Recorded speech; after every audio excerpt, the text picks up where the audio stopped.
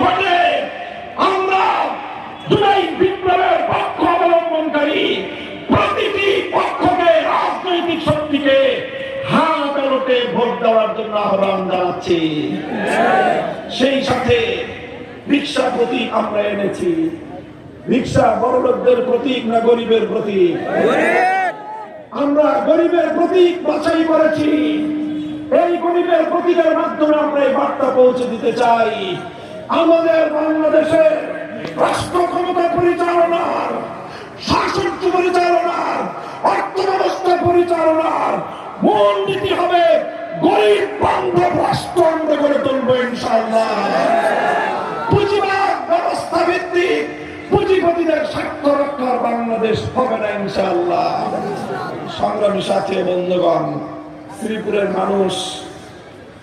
শ্রীপুরের মানুষ শাইখুল হাদিস আল্লামা আজিজুল হক রহমাতুল্লাহ আলাইহি অনেক ভালোবেসে তার কলিজার টুকরা মেয়েকে আপনাদের শ্রীপুরের এই হেরাপটকার প্রফেসর নুরুল হক সাহেবের ঘরে দিয়েছিলেন।